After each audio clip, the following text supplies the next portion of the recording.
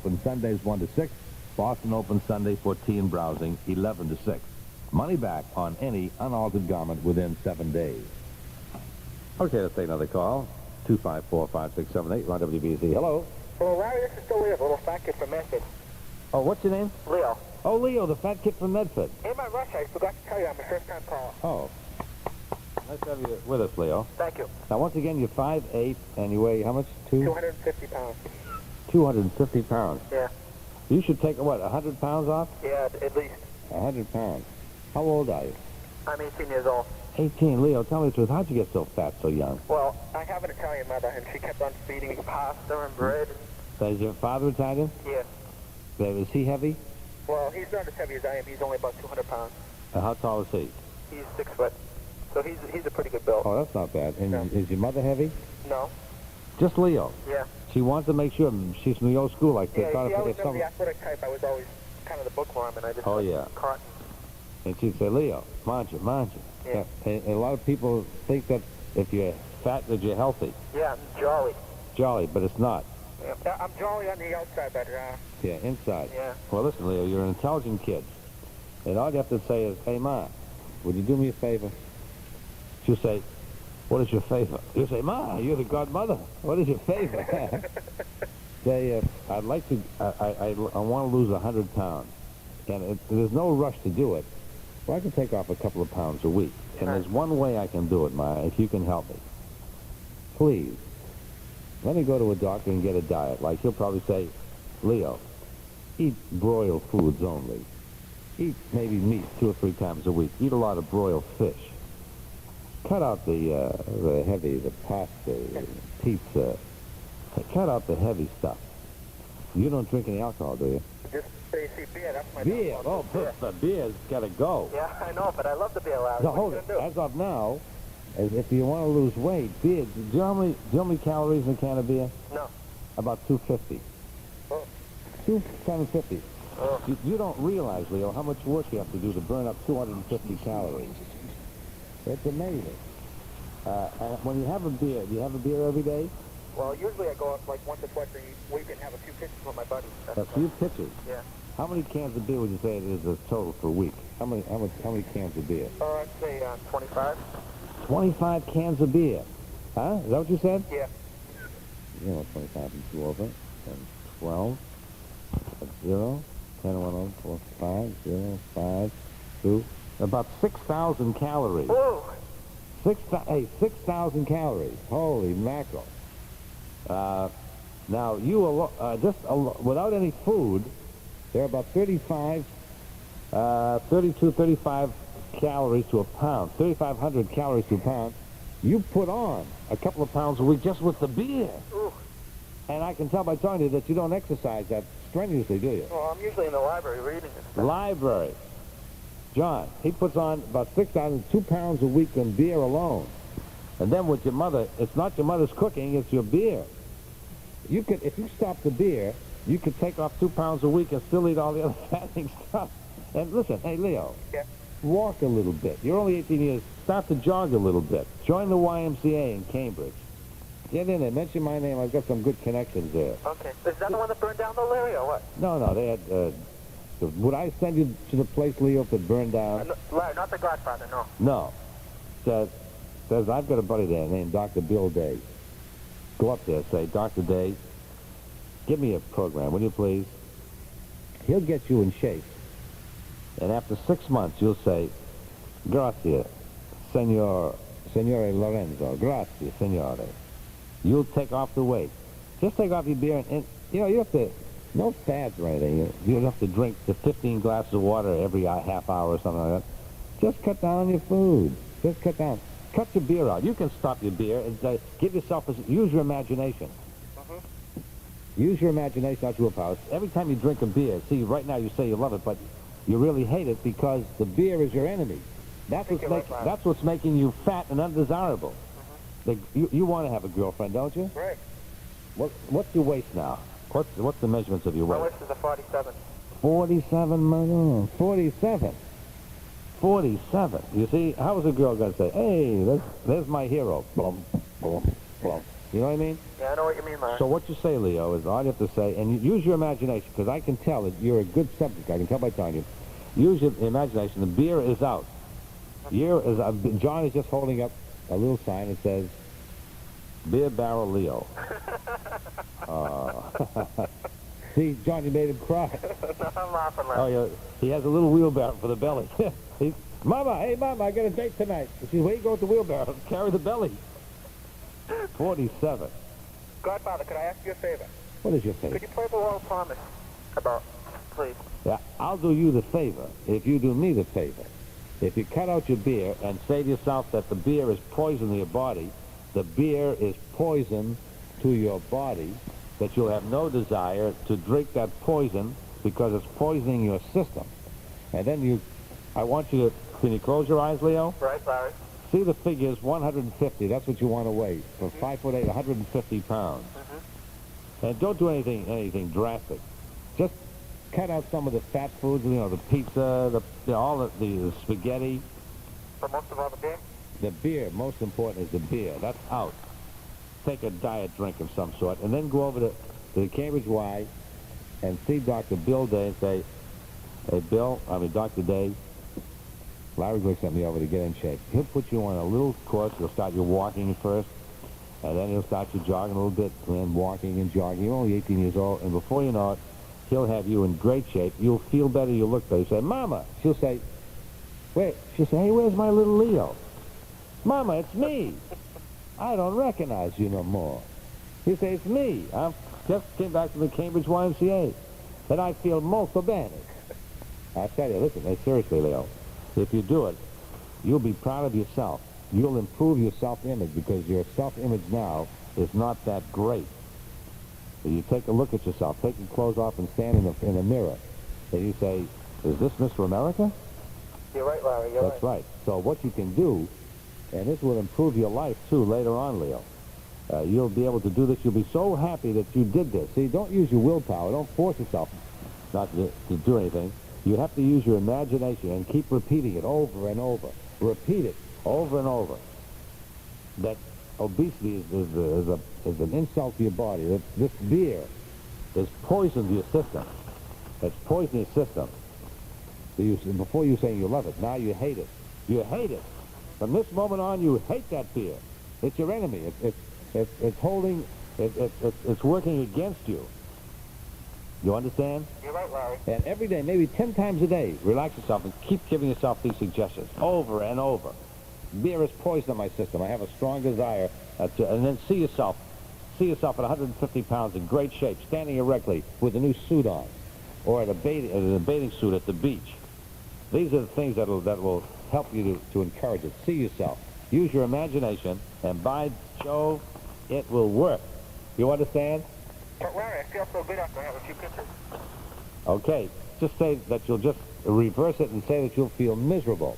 You'll feel miserable because, you know, it's poisoning your system, and you get so fat you won't even be able to get in the house through the door. That's a 18-year-old kid.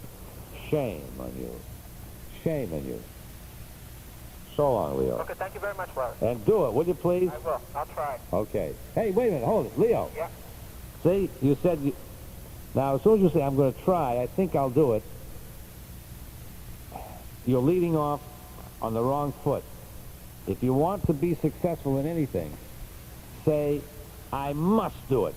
I must do it. I must. Accent must. I must. Now you're on the right foot. I must. Don't be, you know, pussyfooting around with a particular thing. Get in there and do that. I must do it, and if you really want to do it, Leo, Yep. on it. If you don't do it, you'll die. I must do it, Larry. My life depends on it. If I don't do it, I'm going to die. Keep saying that over and over, and you'll see. You'll take that weight off. So long, Leo. Thank you, Larry. The Thank you very much. new Leo, and stop the bono. You've been an inspiration. Thank you. So long, Leo. Bye-bye. Bye. Men, top coats and overcoats made in Baron Anderson's own factory are a rare thing. There are only about 1,000 left in the world. This Baron Anderson group made of coats are on sale today in Baron Anderson's retail store at fabulous savings. It's fabulous when you can buy a Baron Anderson made coat originally priced at $225 for only $79, and a $190 coat for $69. And a Baron Anderson top coat, originally priced at $140 for only $29. Yes, $29. And if you know the superb fabrics, tailoring, and craftsmanship that go into a Baron Anderson-made coat, you'll rush down to buy. All styles, but not in all styles and all sizes. 100% wools and wool blends. With fall only a few months away, this can be the bargain of your life. The Baron Anderson store is at 745 Atlantic Avenue, corner of Beach Street, near the South Station in Boston. Entrance is on Beach Street. Open weekdays and Saturdays, 9 to 5. Mondays and Wednesdays, 9 to 8. Yes, men, this is your last chance to own a Baron Anderson-made overcoat and top coat. There's a new law on the books. If you own a gun and don't have a permit, the penalty is a year in jail. No paroles, no suspended sentences. A year in jail, guaranteed. Why take the chance? Register today with your local police department. BZ's big broadcast of 75. July 4th weekend. Return with us to those thrilling days. What's the matter? What is it? Another case for Nick Carter, master detective. Pepper Young's Family. Sloan's Liniment presents Gangbusters.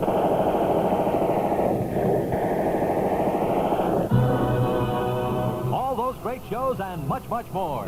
BZ's big broadcast of 75. July 4th, 5th, and 6th from Dunphy's and Hyannis. It's all for the benefit of muscular dystrophy. The big broadcast of 75. July 4th weekend on Radio 103. Let's take another call. 254-5678. You're on WBZ. Hello? Hello? Hello, Larry Glick. Hello? Who's this? It's Arthur Godfrey. Is this Larry Glick? Yes. Larry, first-time caller. Where are you calling from, neighbor? I'm calling from Austin, Mass. Where? Austin, Mass. Alston. A neighbor. Yeah, what's your first name? Al? Al? Go ahead. What can I do for you, Al? Oh, Larry, this is quite a thrill. I Oh, can't Al, it's a thrill for me too, Al. I'm sure it is. Yes, it is, Al. Everyone that calls, listen, I'm happy for everyone that calls. Takes the time to get on the phone and dial. I am. I mean it, Al. I can tell you mean it, Larry. No, I'm serious. You're a very sincere person. Right, because if no one called, I'd be out of the business. I'd be working in a pizzeria, right? Hey, Larry, I can tell this is really you. I can Well, recognize your voice, Larry. Yeah, what can I do for you, Al? Oh, I don't know, Larry. Huh? I just thought I'd call and pass the time of day with you. Oh, wonderful. How old are you? I'm 23 years old. What do you do? Part owner of a cab company. A park owner in a cab company. Yes, Larry. 23. Where'd you get the bread? My father. Aha. What, Daddy left you some, one or two cabs? Sorry, Larry. That's okay. No, I like it. We can harmonize. Well, I get really nervous over the radio, Larry. What are you nervous about? You're nervous if someone doesn't pay the meter, the I fare. realize we have thousands of listeners, and I get really nervous. Oh, take it easy, Alice. Just imagine that just the two of us talking on the telephone. Okay, Larry, I'm still nervous. Okay. You're my hero, Larry. Oh, what? Al, I didn't know that. You are? Sure. Al, what,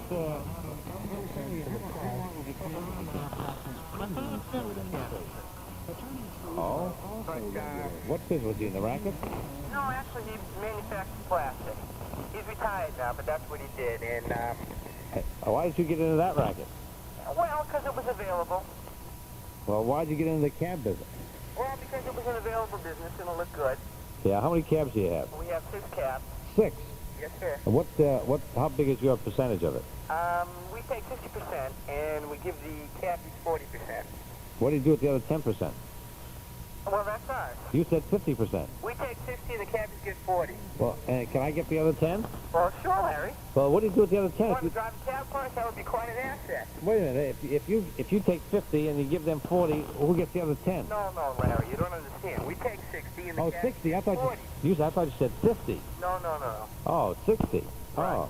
Correct. I thought a lot of them would pay 50-50. Well, actually, in town, that's what they do. Oh, you're not in town. Right. In the suburbs, usually it's around 60-40, but in town, it's 50-50. Do you drive a cab yourself? Yes, I do. How about your partner? My partner does, too. And we hire a guy to dispatch for us. Oh, that's And it nice. works out pretty well. Was your father happy that you went into the cab business? Yeah, he was, because I was kind of useless, you know, from What? high school on for about 4 or 5 years. Ah, But I finally got down to it, Larry. yeah. You know. That's Actually, good. Larry, what I called you about. Yeah? I need some help here. I can help you. Can you help me? Yeah. Will you put on your hat? Well, what category? Well, I'll tell you, Larry. Go ahead. Actually, I'm very aggressive, Larry, and Yep. I would kind of like to get some help on that. On what? On my aggressiveness. You want to be more aggressive? No, I want to be less aggressive. What's your sign? What's your astrological sign? Oh, Larry, don't give me that crap. You don't know anything about that. Well, I just want to know what it is. I just don't want to tell you anything about it. Aries. Aries, I knew that you would. Aries are aggressive people. I almost could even tell you that. No, could you told me that? Yeah. Tell me more about Aries. No, because I don't know anything about it, but I just know that Aries people are very aggressive. How do you know that? Just by having astrologers on and by listening. Well, I'm not so sure you know what you're talking about, Larry. Oh, well, pal. What, Larry? You better watch your step or you'll be riding on 4 flat tires. Oh, Larry, don't say that. Oh, well, I'm sorry. Well, that's all right. Don't. Well, you are a little aggressive. You are No, pushy. I am. I'm very hypertensive, Larry. I thought you could help me out a little bit. Well, why are you hypertensive? Oh, I don't know what it is, Larry. I just kind of... Well, if you don't know what it is, how do you know that you're hypertensive? You don't even know what it is. Well, I'm very excitable. I kind of walk into bars, you know, and I Yeah. have a few beers, and I'll let you get into fights with people. Oh, Al. Hey, that's crazy, Al. I know it is, Larry. I'm like, I kind of think of myself as a very nice person, but, Yeah. Okay, have a couple of drinks. Are you an alcoholic? geez, Larry, I don't think so. I hope not. How much do you drink a day? I wouldn't say that I drink every day, Larry, but when I do drink, I drink quite a bit. How much when you go out to drink? How much? I would say 7 drinks, 7 or 8 drinks, you know. Oh, yeah, that is pretty good. And then you become, I become virile, Larry. I lose my head. uh-huh. You know, How tall are you and how much do you weigh? 5 feet 7 inches tall, Yeah. and I weigh 145 pounds. Man, that's dangerous. You walk in a saloon and fight with anybody? Yeah, I'll take on everybody. Oh, Even you, Larry. holy mackerel, kid, but you only come up to my chest. Hey, Larry, I'll take you on, though. Really? Sure, I can handle it. Oh, well, okay. I mean, if it would make you, if it would calm you down a little bit. Well, you see, Larry, this is But I hold it. But I the thing is, understand what hey, comes over Al, you, Larry. Al. But the Larry, thing yeah. is, I'm more of a lover than a fighter. I know that, Larry. Right. I know that, Larry. Well, I wonder. See, it would be interesting to find out what makes you angry. See, that when you drink, there's something inside that is eating you up. You're right, Larry. So, You're absolutely right. I What understand. you have to do, I Al? recognize this. Yeah. What you should do, really, is go to. See, I'm not a psychologist or a doctor. What you have to do. What you have to do is go to. But you're a hell of a human being. Well, thanks, Al. What you have to do is go to a psychiatrist or a psychologist. That doesn't mean that you're insane. It just means that there's a little problem, an underlying problem. No, Larry. Al! I mean, Al! You better... Al! Pardon me, I'm sorry. Al, you go to a psychologist, a psychiatrist, and tell him these particular things. And if he uses hypnosis, what he'll do, this is interesting, too, he can regress you back to when you see your conscious mind is not even aware of it. And he can regress you back to a certain time and find out what it is. It may be your father you can't stand, or your mother, or a friend. Oh, they're both lovely people, Larry. Yes, but there may be something that they did to you, and it may be this, or a They relative. might have beat me when I was a young kid, You never know. and I can't remember it. There's something like that, Al? Oh, Larry, I don't think Al, but there's something. It could be something that happened to you in your youth that is disturbing you, and all you have to do, I can tell, Al, I just know, I feel it. Tell me, Larry. I feel that as soon as you find out what it is, like I've seen some of these sessions where they have a tape recorder going, and they regress the person, and then it takes a trained therapist to ask you these questions, and then it's amazing the things that have happened to you. So everything that happened to you since you were a kid is recorded in your subconscious, and you mention these things. We're All all of a sudden, products of our experience. that's right. And then I he'll know say, Al, this is why you act belligerent and antagonistic because of this thing, and that happened to you when you were a boy, and it's not necessary to do it, and he'll replace this feeling with another feeling, and you'll feel as if a monkey was just taken off your back. You'll feel great. You walk into a saloon, you say, hey, I'd like to buy you a drink. Oh, hey, they come. No, I don't want to fight. Hey, there's friendly Al. Al. Hey, what a nice guy. Hey, come on, Al. Let me buy you a drink. I'll tell you, Larry, it really bothers me because I'm not normally, I mean, at least the Right. way I picture myself, I'm not a belligerent person. Right. Well, there's something in your subconscious that bothers you, I mean, and that you should uncover can it, I really. interrupt, Larry? Go ahead, Al. Well, at one time I I thought it was the fact that, you know, like I kind of pictured myself a failure. So what I did was I went Pick yourself out. for what? I kind of pictured myself a failure. So what I did A was I went failure. out A sissy boy. and I made myself some money, you know. But Yeah. that just didn't seem to take care of the situation, you know. It Yeah. still seems that, you know, there's something missing. Yeah. Well, see, that's not it then. It's something else, and that your conscious mind is not aware of it. So I'd spend a few bucks and go to a good psychologist or psychiatrist, jump up on the table and let him relax you and regress you. Really, Al, I'm serious, and get that little problem so you don't have to. See, that's it. That may be it. You thought that you were a sissy boy and you have to act tough, right? Well, That's not it. No, I'm not so sure, Larry. well, you just mentioned it, so you thought you were thinking about it. But you don't have to do that, Al. What, Al, you Larry? don't have to do it. It could be something entirely different. Like it would. I used to listen to tapes of this friend of mine who's a psychiatrist, and it's amazing. It's amazing that he'll detect. You'll say one little thing when you were a kid, or usually these happen when you were a child. One little thing, and it takes a trained therapist. They'll find out. They'll say, and then he'll work on it, and I guarantee that you'll feel so good, Al. And you won't have to prove your manliness. You won't have to prove this or anything. You won't have to wear your high heels anymore. You'll be just, well, you know what I mean. You'll just be a normal person. Just be yourself. You're an individual person. You are Al, and you've got things that no one else has. You have a certain charisma, personality that nobody else has.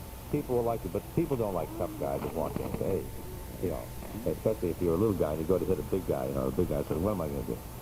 What am I going to do? What am I going to do? Hit him on the head? It looks bad. Since I'm such a little guy. Yeah, but that's nothing, because, listen, the size has nothing to do with the person. It all depends what's up in your brain, how you feel about it, how you adjust to certain things, right? You're absolutely right. Larry, you're a wise man. Al, thanks, pal. You are, Larry. But I'm serious about that. They go to see someone, and maybe 2 or 3 visits. It'll be the best few bucks you ever spent in your life. You think I'm in serious trouble, Larry? No, there's no serious trouble. You think this whole funny? Oh, shit. How old are you, Al? I'm 23. Yeah, this is the time to do it now. Get that monkey off your back, and you'll see you'll be happier than you've ever been before. So long, Al, and God bless you. Thank you very much. Bye, Al. Bye-bye. Adam, take a bite of this apple. Oh, thanks, Eve. This will be the first time I've ever eaten an apple. This is good. Glad you like it, Adam. Now I've got another first for you. Watch First 4 News tonight on TV4. First 4 News. What's that? First 4 News? Oh, it's a lot of things you've never seen on television news, Adam. At 5:30 on TV4 with Jack Williams and Pat Mitchell. I can hardly wait. What are you doing tonight, Eve? I'm busy. It's spring cleaning time, and time to turn the great yearly throwaway into the great spring giveaway. The Salvation Army can recycle just about anything, so BZ asks you, please, don't throw it away. Call the Salvation Army at 536-7540 and recycle it. 536-7540 for the Salvation Army's pickup service. The WBZ ALA Rush Hour Rescue. Joe Green in the BZ Copter reporting up-to-the-minute traffic information. The traffic situation on the expressway south. And ALA patrolling the expressway and helping the harried commuters. We have an accident scene down here involving 3 cars. One of the vehicles is burning. I see the ALA tow truck down there trying to make his way up to the scene. Perhaps he has a fire extinguisher. Rush Hour Rescue, a free service from ALA and BZ. The Silver and Gold Redeeming Corporation of America, 1865 Mass Avenue, Cambridge, Massachusetts, between Sears and the Flag Center, is licensed to buy gold articles such as rings, bracelets, chains, old watches, gold teeth, yes, even gold teeth, and any gold coins. Also, the Silver and Gold Redeeming Corporation of America, 1865 Mass Avenue, Cambridge, Massachusetts, between Sears and the Flag Center, buys regular silver coins dated before 1964, and rare coins or silver in any form for instant cash. So search around all bureau drawers for those unwanted gold and silver articles and coins. If you live outside the Boston area in other cities or states, mail the items insured for appraisal. If the appraisal is satisfactory to you, a check will be sent to you by return mail. The Silver and Gold Redeeming Corporation of America, 1865 Mass Avenue, Cambridge, Massachusetts, between Sears and the Flag Center, makes no charge for appraisals, no amount too small or too large.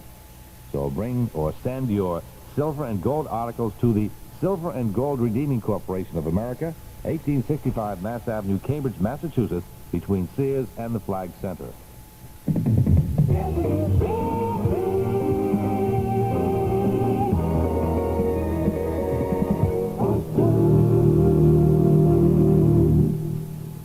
Men, this is your last chance to own an overcoat and topcoat made in Baron Anderson's own factory.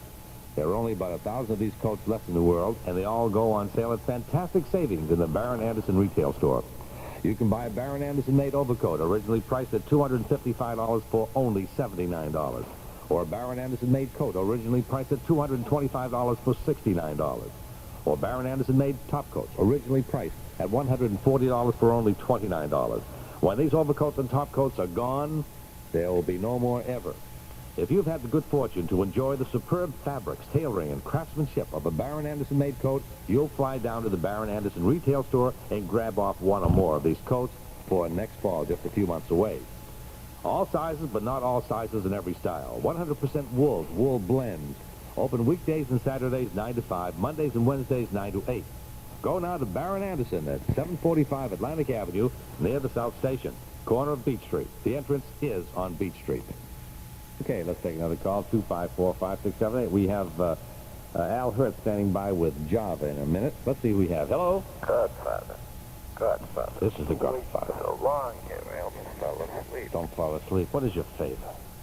Godfather, I never asked for anything, What is your favor? but this song plays in my head. What is the song? Quiet Village. Quiet Village. Yes, Godfather. That is your favor? Yes, Godfather. Eddie, This song... do we have Quiet Village? You know that song, Quiet Village, Eddie? Maybe 6, 8 years old. 6, 8 years old. Oh, Eddie? No, he's more. No, The song. Godfather. I'll look for it. I'll look for it while I play this song, okay? Quiet Godfather, Village. I just finished reading a book by Robert Ruark, Yeah. and I'm still in Africa. Hold it. Hey, stay on the line. I want to talk about Africa. Okay, I'll go get Java. okay.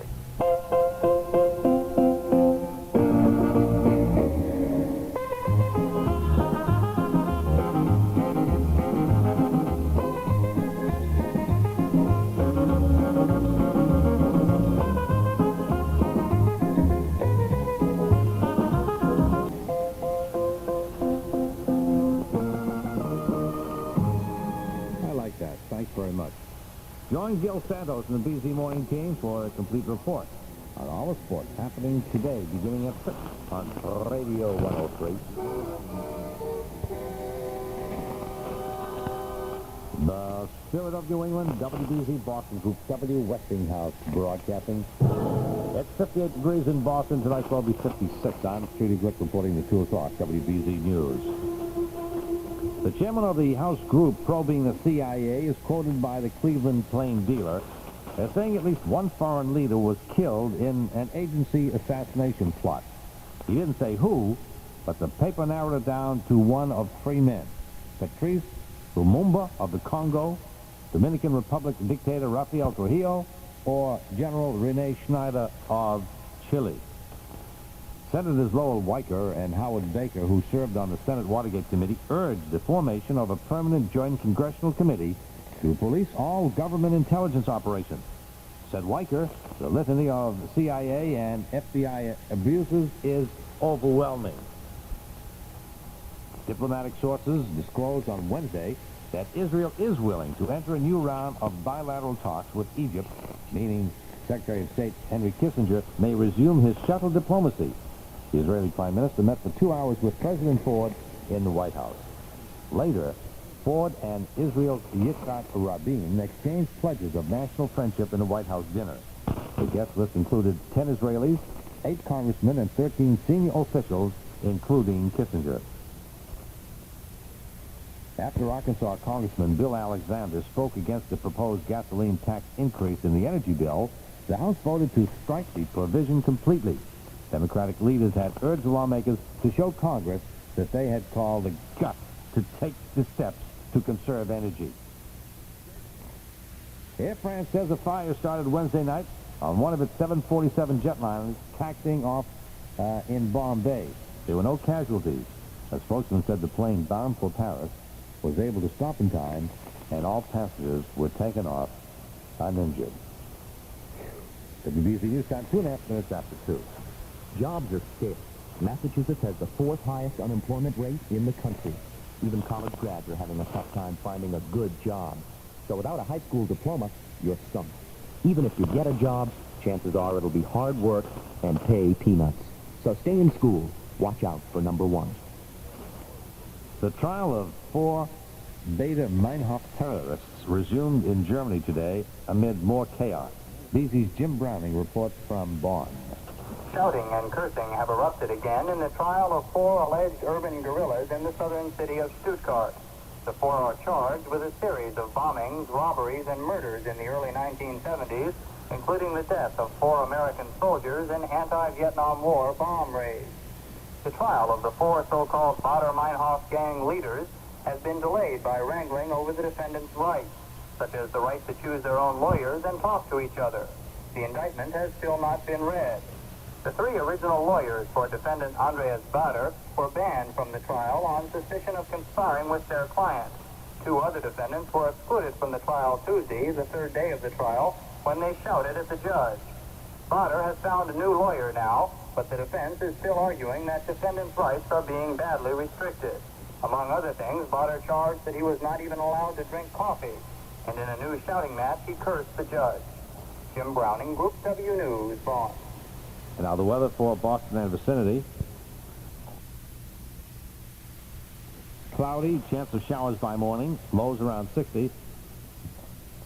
And for Thursday, June 12th, 1975, occasional rain with chance of a few thunderstorms. Sorry to tell you that. I want to give you sunshine every day. Sunshine throughout the summer. High 70 to 75. Thursday night and Friday, partly cloudy with chance of a few showers, lows near 60. Highs in the 70s. Probability of precipitation, 40% this morning, and 80% Thursday, 40% Thursday night. It doesn't look good for beachgoers and sun worshipers. In Boston, now 58 degrees. Hi, sports fans from the BZ scoreboard in the American League.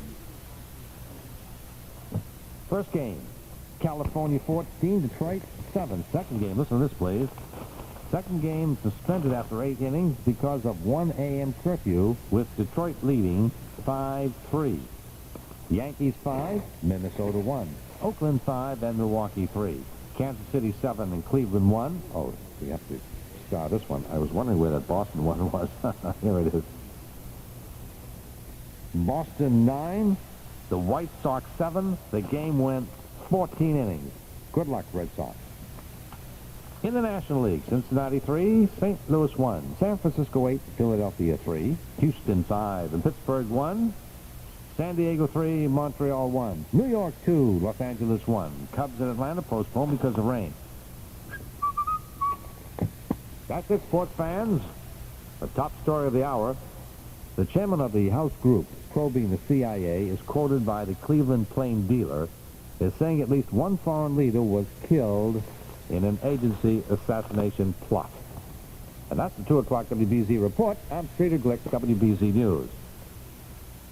A WBZ editorial last week said that the Phase 2 desegregation plan for Boston schools moved beyond forced busing to offer city students a real promise of quality education. With many new options and programs, here is a rebuttal with Senator William Bulger of South Boston. WBZ's editorial on Phase 2 is a frivolous repeat of its performance last September when it and other members of the media brought us the journalism of joy. It is no wonder that those who live outside of Boston and who rely on WBZ News still remain uninformed about the realities of life in the city and the havoc that Phase 2 will wreak upon the families of Boston. It is also no wonder that tensions run high when those whose children are affected by the busing order are glibly told by WBZ that major changes in old established systems never come easy. WBZ is not only intellectually dishonest, it has demonstrated an incompetence in reporting the realities of what the federal court has done to the families of this capital city. One reality that WBZ cannot escape is the white exodus from the public school system and from the city itself. The exodus is now underway, as predicted by even the famed educator James Coleman. The federal judge himself concedes that close to 10,000 white students have left the system since September, and Boston's grammar school population is already over 50% black. The so-called resistance movement results from thousands of families acting independently and responsibly to resist or to avoid a court order that works against the best interests of their children. They have the same concerns as do families in Winchester or Wellesley. What these parents share in common is their unwillingness to expose their children to a deficient learning environment and to an atmosphere where the safety of those children is at stake. The tragic irony is that those who oppose force busing are working to keep Boston an integrated city. WBZ and others who support the busing plan, on the other hand, are endorsing a white exodus of caring parents from Boston and its schools. WBZ is indeed among the new segregationists. WBZ has presented a rebuttal with Senator William Bulger of South Boston. He was replying to our editorial citing the promise of quality education in the Phase 2 desegregation order. And now, back to the Larry Glick Show, and we had someone on the floor. Hello? Oh, man. Yes, what is your favor? Godfather, What we're is it? looking for that song from. Oh, promise me. It is such a great piece of work. Yes. Quiet Village. Quiet Village. Do you recall it? I do. With the piano. Yes, I do. Dun, dun, dun. And the There's bird. two more. It says, give me more of it. Keep going. Give me the dum-dum-dum. Go ahead. Dun. And the birds go. Oh, yeah. You know which one I mean. It brings you right into the jungle. Oh, yeah. Give me the birds again. No, I can't. Please. Wait for people. Forget the people, please. I'm at work, Larry. I can't wait for people. You're at work. You sound like you're half asleep. I was. I just had a cup of coffee. I'm Give me the retired. birds. I like that. Give me the birds again, please. That was very good. What I'll do is I'll try to find it, okay? Hey, what kind of work you do? Huh? Huh? What kind of work you do? I'm a mental health worker, Larry. Mental health? You're at an institution now? Yes. Can you imagine if some of the inmates heard you do it? That bird, I'm sorry I asked you to do that. Oh, that's all right. They do them themselves. You do any... Oh, yeah, but they're there for a reason. I mean, they won't know why you're doing it. Oh, it'll diffuse them. Can you do any other impressions of animals or birds? No, but I really would like to hear that, the Quiet Village. Quiet Village. Well, Do you recall that song, Larry? I do. Yes, I do. It wasn't one... I must confess, it wasn't one of my favorites, but I remember You it. know what brought it to mind? Was No. I just finished reading this book, Uru, by Robert Ruach, Oh, yeah. What was that about? about Kenya. You know, gaining its independence. Oh, yeah. Excellent book. What did you take away? What information did you come away with after reading the book? Well, How do you feel about the situation in Kenya? I don't, it's funny. I don't know how it is today. The book left me hanging in the 1960s.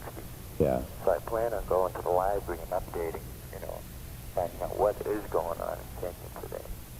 And I What? also want to read Guy Ruach's Something of Value, which was about the Mau Mau uprising.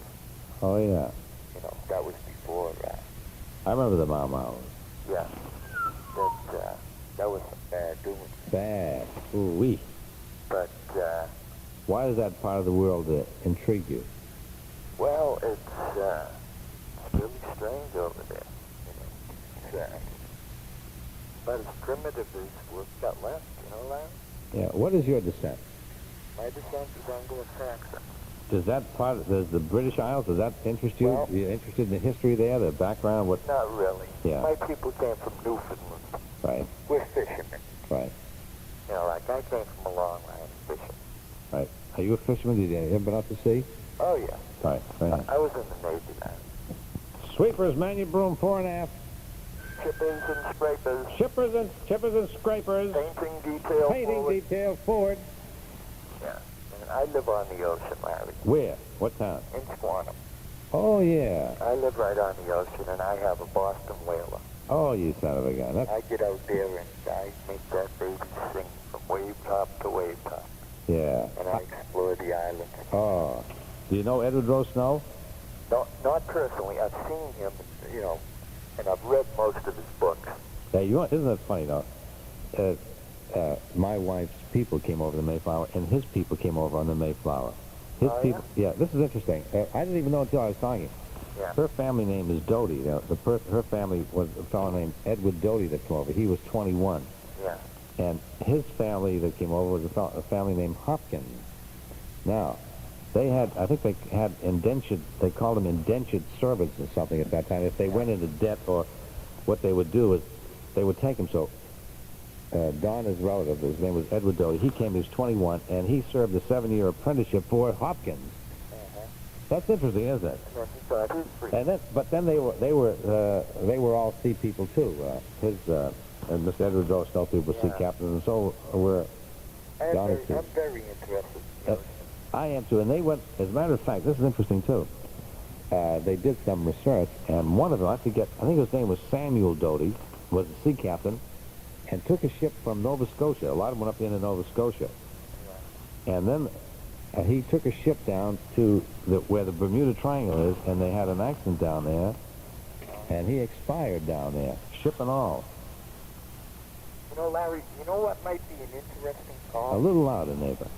You know what might be an interesting call? Yeah. Oh, one more story. Let me tell you about this guy, Doty, who came over. Doty, and there was another fellow come over the same age, and they fought a duel after they were freed. They fought a duel over this girl. Yeah. And the girl dumped both of them and married another guy.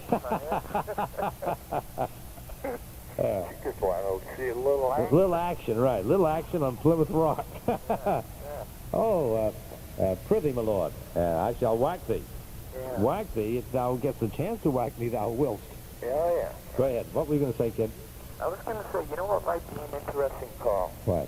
It'd be, well, it used to be the old anchor in Key West, Florida. When I lived down there, it was the old anchor inn, but now it's called the Midget Bar. They had to move away from their old location. Why? Well, it was town harassment. Oh. It was actually, somebody wanted that building, you know, and so there was that. That's not important. I was just picturing you as a seafaring man going from wave top to wave top in that Boston whaler. Yeah. Well, Hey, yeah, how about the salt air? I love that smell. Yeah, okay. Oh. But anyway, what? Bud Marshall, he was the Bud man, we called him. When they made him close down his joint, Yeah. instead of selling out his stock, he opened the doors and everybody drank free until it was dry. And they refused him liquor permit on that site, but he could open one at another site. So he did. And it's now the Midget Bar in Key West. And the Bud Man is, you know, one of the great institutions in Key West. What were you doing down there? Oh, I used to, you know, just sort of live down there. You were bummed. Yeah, well, I used to scuba dive. Hey, son of You know, poker. Oh, Shrimp for like little money. yeah. It is nice for money. Right. And, you know, it's a fantastic place. I hope the back here. What do you do for a living now? Huh? What kind of work do you do now? Mental health work, like. Oh, I thought you were putting me on with that. No, I'm serious. I'm a mental health worker. I counsel people. You sit on a ward, eh? Yeah, well, I'm working nights now because I'm going to school there. Where? Boston Technology. What are you studying? Technology. Hey, that's great.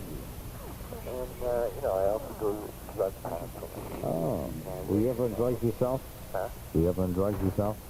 The truth. Come on. Not to talk about that. I want to know. Well, you know, that's personal. Well, I know this is a personal this is a personal program. Yeah, well, You were on drugs. I can tell you aren't the same thing. Yeah. How long were you on drugs, kid? quite a while. You About said 8 years. 8 years. But I'm glad you're on the right track now, kid. Oh, I am. Oh, that's great. Thank God for Right. the program here at the hospital. Right. Oh, isn't that interesting? You were in that program in the hospital, and now you want to work there, now you're going to school. I'm going to give you a round of applause. Every time we come down, we read about program. That's great. It has a very high percentage of non-recipient. Recidivism. Recidivism. That's repeating, right. In fact, one of my old partners is up there now, and I'm pulling for him in the corner. Well, listen, I don't want to wish you luck because Okay, hey, Len, if I can find that, see if you can find that. Because you're- Quiet Village. if you're a good kid, if I can find Eddie, if you can find Quiet Village, I'd like to play for this guy. Yeah, because It's 6 years old though. I don't know if it, That'd make my night. you know who does it? What group? No. See, that's what I want to also find out so I can go out and buy it. Quiet Village. If you see, it would be easy if you knew who did it. Yeah. Quiet It was Village. about 8 or 10 years ago. And, you know, every once in a while they play it. Well, listen, you leave it to us. We'll try to find it, okay? Okay, thanks a lot, man. So long, pal. See you later. 254-567. You're on WBZ. Hello? Hello, Mr. Glick? Yes. Yes, this is the first time I've ever called. I'm nervous. Don't be nervous. You're welcome here, my dear girl. Thank you. Now, what I wanted to call is Yeah. about you had a call earlier who told the joke about the New York, the fellow who didn't have a leg to stand on. Oh, yeah, that's son. Yeah, well, I think he has a very sick sense of humor. Because I'll tell you, this is a true story, and it's happening now. What? My father is a diabetic Yes. who about 2 years ago had his right leg amputated. Yes. And this year, now he's in the hospital. He's going to have his left leg amputated. And when I heard that joke, I mean, it hit home. Yeah. You know, I can imagine. about the fella who doesn't have a leg. He really doesn't have a leg to stand on. He's in the hospital now, and he's very depressed. And he's, he's very upset. He's 61 years old. He has a weak heart. And I thought maybe if anybody out there is listening, if they want to send him a card or anything, just to help cheer him up. Because he's going through an awful lot right now. And, All right, they'll be happy to do that. Long. it's really hard on him. As I say, he's 61 with a weak heart. The doctors aren't guaranteeing us anything, We don't even know if he'll come through the operation. And Well, they're going to take off a leg? Yeah, they're going to take just below the knee. Oh, yeah. They took it off below the knee on the other one, and they said it'd be fine. Now they're going to take it below the knee on this other one, So, What's his name, and where can they send his card to? it's Mr. Ralph Blackburn. Let's see, Ralph Blackburn. Right. And he's at the Cardinal Cushing General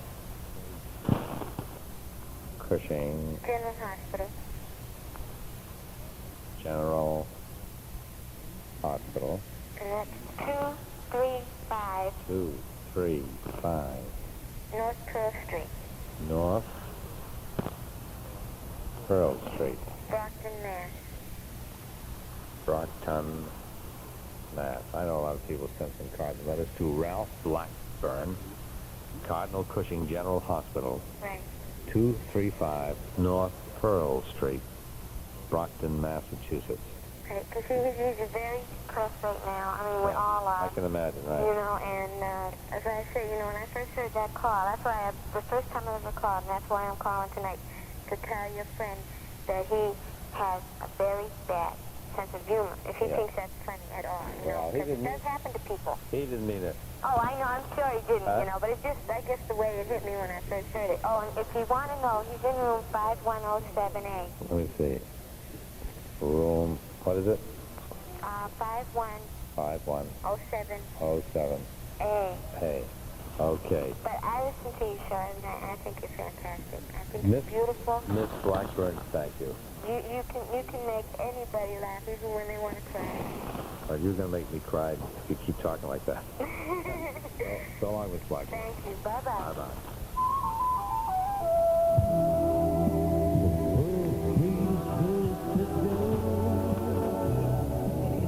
But he's not the same way. Didn't he sort of always take a roundabout way to get to where he was going rather than heading a straight line? Well, in all honesty, I really can't answer that question.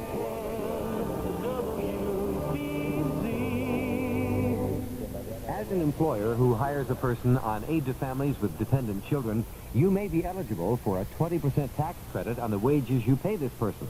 For further information, call the Work Incentive Program, Division of Employment Security, at 727-6384. That's 727-6384. Oh, Dennis, make a note of this. July 4th, 5th, and 6th are the days to remember for BZ's big broadcast of 1975. Now let's stay tuned to Radio 103 for complete details. I guess we're supposed to have the details, huh? All right. Let's see. Don't forget the rounds of the sports competition now. Where are all the details? Stay tuned for all the details. Okay, let's take another call. 254-5678. We know it's the 4th of July at Dumpy's Hyannis Resort. And we'll have all these... why not play this the big broadcast? They'll have all the details on that. Yeah, here are all of the complete details. BZ's big broadcast to help fight muscular dystrophy. 54 hours of radio memory. 5 stars. In person. That's BZ's big broadcast. Ben Grauer, Mason Adams, Mary Jane Higbee, Leon Janney, George Amsbro, Evelyn Juster, Ira Ashley, Adam Keith, Jackson Beck, Marvin Miller, Ted Bell. Brett Morrison. BZ's big broadcast. Direct. From Dumpy's Hyannis Resort. For advance ticket reservations, call MD at 890-0300. Now let's stay tuned to Radio 103 for complete details. Okay, you'll get the details one of these days. We'll give you the details. Hey, and I'll be happy to see Bob Lasser again. I'll be happy to see you, Bobby. Can't tell you why. Let's take another call, please. 25 after 2. Hello, WBZ. Come if you can hear me. Yeah, well, Yeah. this is Vincenzo from Boston. Hey, Vincenzo. Hey, I got a good call for you. You know Bobby Vincent? Huh? You know Bobby Vincent? No, I never heard of him. You're from East Boston, Vincenzo? You never heard of him? No. Come on, tell me the truth. I never heard of him. Were you born in East Boston? No, I was just here for about a year. Oh, where'd you come from? New York City. Oh, no wonder. Oh, okay. Hey, I got a good call. Wait a minute. Hey, Vincenzo, how come you settled in East Boston? Huh? I knew that you went from East Boston because everyone knows him there in East Boston. But I knew that you went there for long. How come you came from New York? What part of New York? I was living down there at New York City, Where? What part? Manhattan. Yeah, and why'd you come to Boston? Because my father and mother up here. Oh. I was living down there, but I didn't like it much, so I came back up here. Yeah, what did you do in New York? Nothing. Nothing? Living down there, Swimming. Yeah. In East? So I get a good call wait. for you. Want to call? Hey, wait, Vincenzo, wait a minute. Hey, where'd you go swimming? East River? Huh? Where'd you go swimming? What do you mean go swimming? You said you went swimming. I was just hanging around. Hanging around? Yeah. How old are you? 20. What do you do now? Nothing. Nothing. Oh, living the easy life, the good life. Who supports you? Who feeds you? Myself. If you don't do nothing, who feeds you?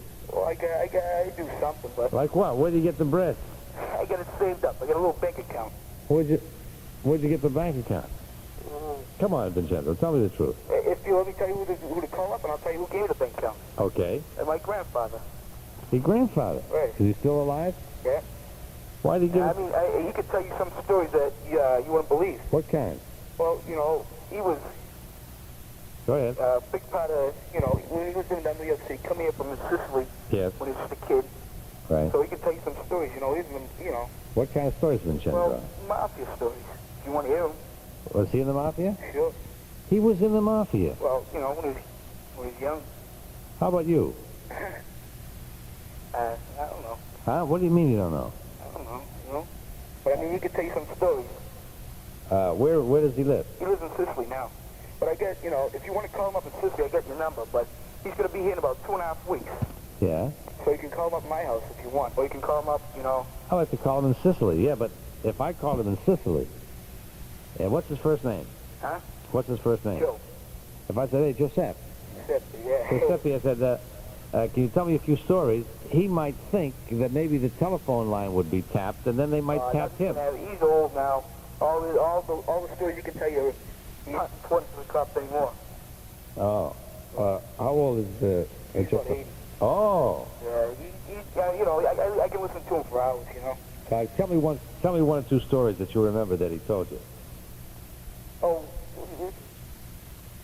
back about 1925, him and his wife were getting out of the car, going up to their hotel room, and they were getting out of the elevator, opened the door to the front room, and he turned on the lights, and just all of a sudden, he just started even shotgun bolts, Oh. And he got one in the leg, and my grandmother got one in the chest. Holy man. So She died about 2 years after that. But she was never the same after that, you know. Who was it that did it? You never find out, He never? you know. He's been shot close to 4 or 5 times. Knifed. Knifed and shot, and he's still up to 80 years old. Yeah, that's what I can't believe. When did he retire? After the 40s. Yeah. He went over to Sicily. He had the money, you know. Right. Went over to Sicily. Stayed there. He never really wanted to come over to this country anyway. Yeah. Except his father. What does your father do? My father, he's dead. What happened to him? He's dead. Was he in the rackets too? No. You'd rather not say. Well, it doesn't matter about him. So, wait, but Jenny, what do you do? You live by yourself? Huh? You live by yourself? No, my mother up here. Oh, I thought your mother died. My mother. Oh, this was your grandmother Grandmother died. who got shot. Oh, yeah. She got shot, and a couple years after she got shot, she died. Oh, yeah. Eddie, get a hold of it. I'd like to speak. Maybe we'll speak to this guy's grandfather in Sicily and have him tell stories. Hold on. Yeah, Larry. What? You ever been to Las Vegas? Yeah. Yeah? Yeah, one. Good out there? Well, yeah, it's fun. I mean, not to live. I wouldn't like to live out there. No? It's good for 3 days. Yeah? Well, I hear you talking about this guy, Hole in the Wall restaurant. Yeah, Yeah, I Batista. want to go out there sometime this summer, you know? Give him my regards when you go out there. You'll like him. I never met him, but he sings on the program. It's good out there, huh? Yeah. Just don't want to lose all my money. No, don't take it then. Hey, Vincenzo, Yeah. stay on the line Yeah. and give Eddie the number of your grandfather, your number here, and your grandfather's number in Sicily. All right. Okay? Yeah. Hey, you understand Italian? Yeah. Stop the bono. Okay, you too. Thank you. Bye. Stay on the line. Jerry Williams gets into the issues weeknights at 8 on WBZ Boston Group W Westinghouse Broadcasting. Let's take the call. 254-5678. Hello? Larry. Yes. Yes, I'm calling about a previous caller that you Yes. had on who talked about the U.S. Independent Party. Yes. I'd just like to be one point of view on that particular conversation. Yes. Anytime that you have a politician who represents a particular party and subscribes to that party's platform, he is anything but independent.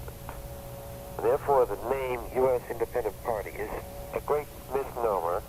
It really has no application in fact at all. Here, here, here, here.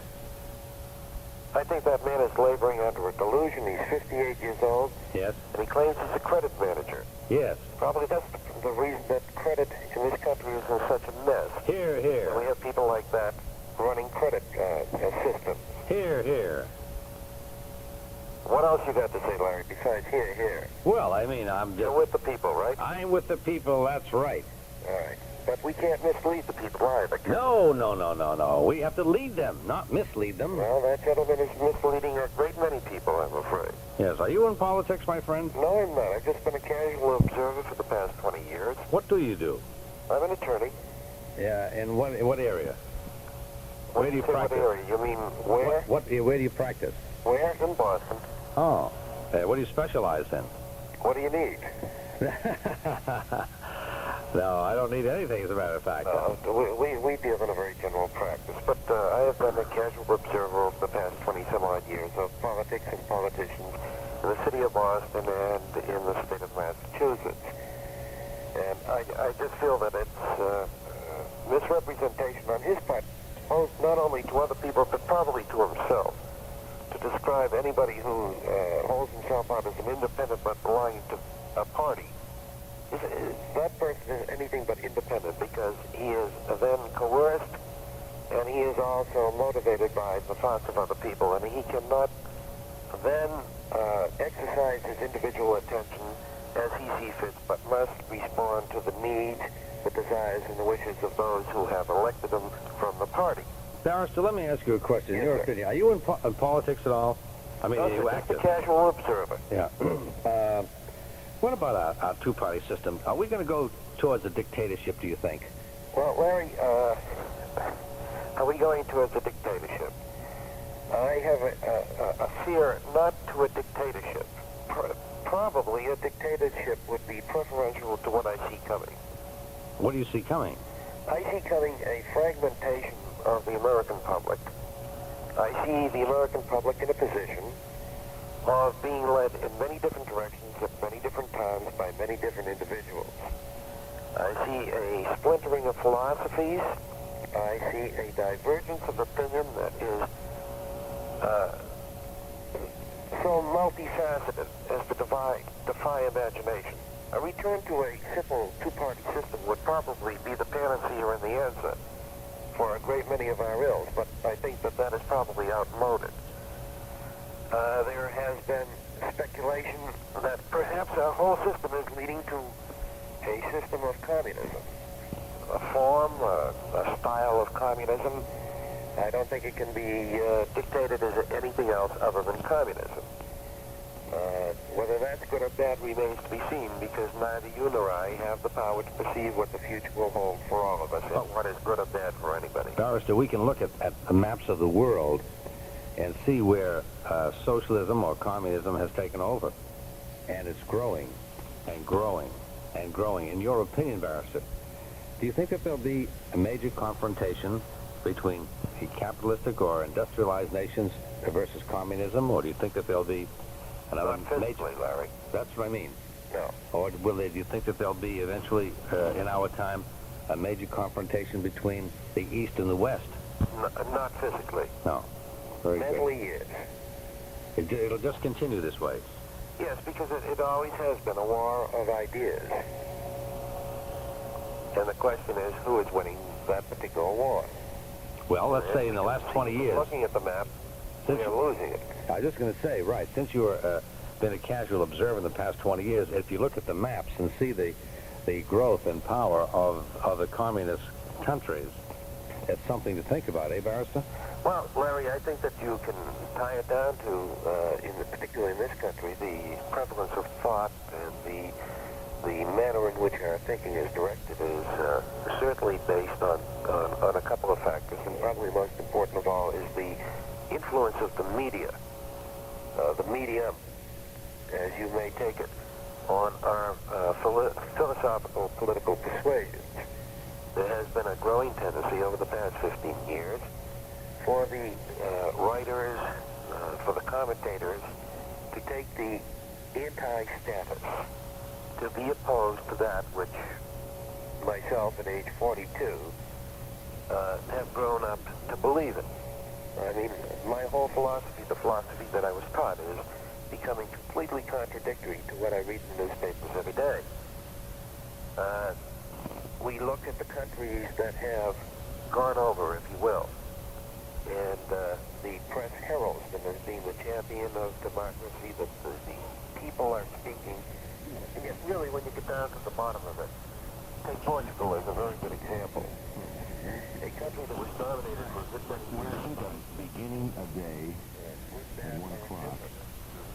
Waking up at 1 o'clock to go to work to get there, what, about 2? When you ever went to Portugal, I had the good fortune of being in Portugal 2 years ago, shortly before the, quote, popular uprising, unquote. And yet, now you see that after the election that was held, where the socialists prevailed by quite a wide margin, now the government, the military government, which is far much more left-leaning, has all but put that the socialist party out of business. Right. So that's anything but democracy. Let me ask you a question. What are you doing? What are you doing at this time of the morning? Larry, I had a very important meeting in New Hampshire tonight, and I was driving down from New Hampshire to my home on the South Shore. I heard your program, and when I am up late, I try to listen in to see what's going on, to see whether or not it's going to be a rag-bag evening or an evening where we're studded with philosophy. And tonight seemed to be one of those evenings. Well, see, you have to keep it varied. Yes, sir. Right? Listen, Barrister, thanks very, very much. I enjoyed hearing from you. Right. Good night. 254-5678. You're on WBZ. Hello.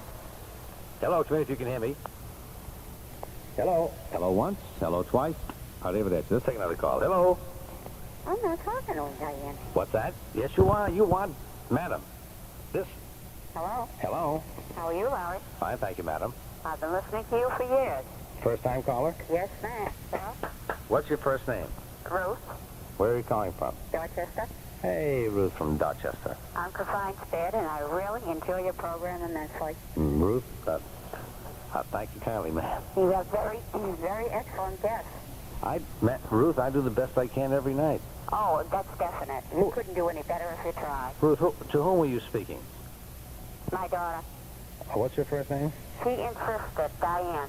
Diane. She insisted. She is years trying to get you, and she said, I am going to get him tonight if I have to stay up all night to do it. Diane said that? Yes. I like that stick-to-itiveness. I really do, Ruth. They held the phone one night 3 hours trying to get through to you. Ah, what frustration.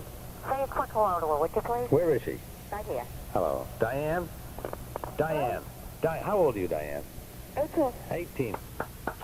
That was nice of you, Diane, to stay up and have that bulldoggedness to stick with it. I like that. That's why you'll be a success, Diane. I don't care what you do. If you have that same desire to set a goal and stick with it, by Jove, you're going to be successful. She really enjoys listening to you. Well, that's good, Diane. I mean, I like to get new listeners and keep them interested, entertained, and informed as much as I can. She really enjoys Olga, too. Oh, well, you know, good old Olga here the other night, she was, I don't know how to say this delicately. She was, She was singing. She was singing, but you know what she was singing on? Brandy Alexander's. 18 Brandy Alexander's. She was out of her skull. Well, listen, dear, I want to thank you very, very much for being on with us, and let Mommy keep listening, okay? Okay. So long, Diane. So long, Diane. So long, Ruth. 254-5678. You're on WBZ. Hello. Hello, hello. Hello? Hello? Is this Larry Glick? Let me check. Yes. You're on the air. Oh, I am. Yes. Would you turn your radio off, please? Yes, okay. Certainly. Hello, Larry? Hello? Yes, Larry. Yes. Yes, this is Channing from Olachi Beach, Maine. Channing, old boy. How are you? Well, I'm just fine, thank you. Yes. Just fine, just fine. Listen, I called you up to ask you a few questions. All right. My answer hat is on. Okay. One question I'd like to ask you, Larry. Well, first of all, I'd like to say that you have, I'm not a first-time caller. Yes, Channing. That's I'm like a seventh-time caller. That's a classy name, Channing. But, Channing. The Channing Glick Show. That's a very classy name, Channing. No, not the Channing Glick Show. Oh. Go ahead, Channing. Okay. Listen, Larry, you've done several radio things, and I used to be a DJ out of ROD in Daytona Beach, Florida. Yes. And I never had the opportunity to hear War of the Worlds. Oh, yes. Which is quite good. That's right. Orson Welles. Yes, yes. War of the Worlds. Right. Right. That's, I mean, that's really good, you know. We usually play that on Halloween. Are you kidding? No. Why Halloween? Oh, I know. We just do. Oh, no, that's a rotten shame, man. Why? Rotten shame. Because I think I've never heard it before. Well, it's a long show. It's an hour show. Really? Yes. Oh, well, I wish you could get into it sometime. Well, I can. One night we'll take 1 hour off and just put the album on. I mean, Channing, if it gives you pleasure, by Jove, I'll present it to programming. What do you do up there in Maine? Well, I tell you, I'm a musician. What do you play? I play guitar and sing. I work locally. I came here for the summer to work on the beach. Yes. And I have been working for Sheraton hotels, which has been a pretty good job, you know. Channing? I came up to Maine because I really love it here, and I love the people here. Channing, can you sing a song for us now? Well, I can't really because I don't have my guitar here. Nah. Actually, I'm at my girlfriend's house. Yeah, you should be out of there by now, this time of the morning. Well, I'm just sitting here. Oh, okay. We're listening to the Larry Glick Show. That's different. That's probably the greatest show in America. Channing, it's not necessary to say that, but I believe you. Well, it's the truth. Larry Glick. So listen, Larry, I listen to you I'd say 4 nights a week anyway. Because I finish playing about, I finish playing about 1 o'clock. Right. And I make it home and snap on the radio and listen to WBZ. You're okay, Channing. Well, sometimes. What's that? An Old Orchard, eh? Yeah, Old Orchard Beach. Right, I know it. I've been up there. Yeah. It's a very nice place. I'm really into scuba diving. I'm Yes. getting into it. And I'm here for the summer to get myself in shape and do a little, scuba diving this summer. What kind of stuff do you sing, Channing? Well, I do a lot of my own stuff. As a matter of fact, Larry, I'm recording at Ace in Boston next month. I wonder, do my friends still have that place? Yakis. You're talking Milt Yakis, yeah, definitely. They still have that place? Sure, Milt Yakis. Milton, is Herbie still there? Herbie Yakis, Milton Herbie? Gee, I don't know, Larry. I don't Hey, know. would you give him my regards? I haven't seen him in ages. Well, I haven't seen him in about 2 years, to be honest with you. Yeah. I called him up last week and talked to him about coming down for a recording session. Yes. And we've got everything lined up. We're going to do, cut the master tape. What do you do, country? No, pop? Larry. I do, well, I would Blues, say... jazz? Well, you must be familiar with Garden Lightfoot. Oh, of course. And sure, I'm kind of along that line, you know, Larry. I do like to do Garden Lightfoot type of stuff. To me, he's the greatest, and I like B.J. Thomas. How about something like Cherokee Bend? This is Gordon Lightfoot right here. Listen, just for about 30 seconds. Okay, lay it on me, Larry. Okay, Gordon. His father was a man who could never understand the shame on a red man's face. So they lived in the hills and they never came down, but to trade in the white man's place. Early in the spring when the snow had disappeared, they came down with a bag of cans. In the fall of the year of 1910, Daddy died by the road down in Cherokee Bend. That's down in Cherokee Bend. Yes, it's a very good song. Yes. He's absolutely fantastic. I'll play this song in its entirety when I go to get the news on the hour. Okay? Oh, that would be great, Larry. But That would be great. I don't fool around. I don't fool I know around. you don't. I know you don't. Listen to you. Well, like I say, Larry, you know. What club are you playing at? I'm working at the Colonial Hut in Biddeford, Maine. It's a restaurant type of, you know, it's a supper club. Yeah. And I more or less have to play, you know, light type of music. Right. You know, like I don't really dress up. I gave it up a long time ago. You know, I used to wear a bow tie and walk in with a jacket and all that stuff. But I more or less get away from it, Larry. Now I just dress the way I want to dress and play what I want to play. And I enjoy myself a lot more. You know, being myself, I enjoy myself a lot more. Listen, if they need a banjo man, can you give me a call? Larry? Yes. If they ever need a banjo man, I will give you a call. Oh, well, let me get my 4-stringer. I played both 4 and 5. Let me get my 4-stringer up here. Is that right?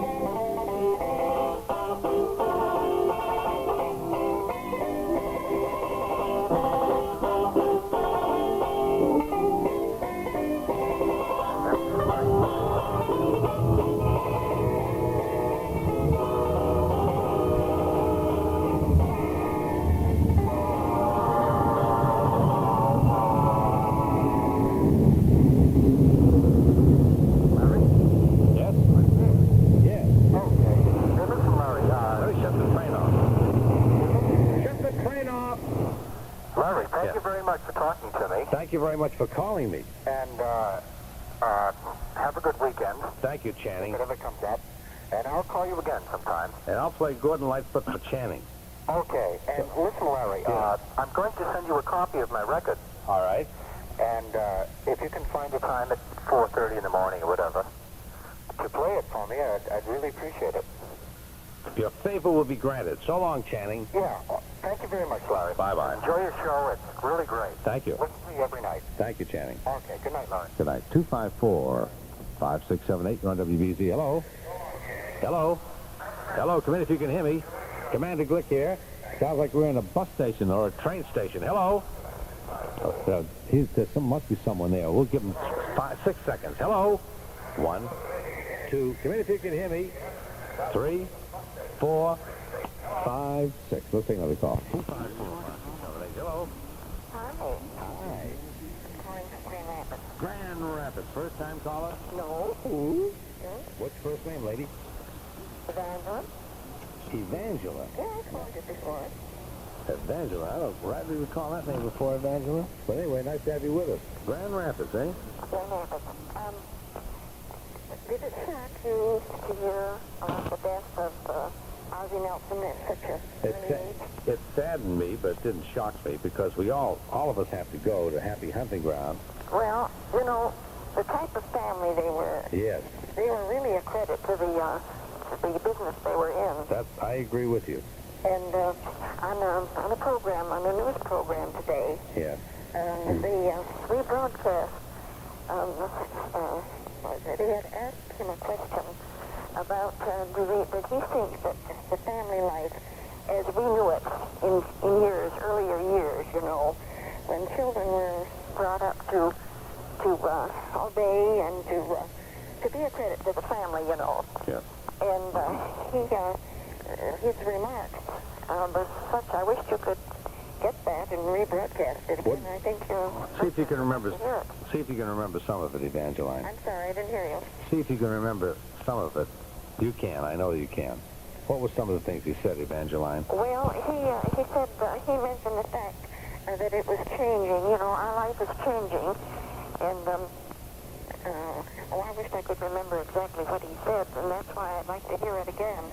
I was there preoccupied, and I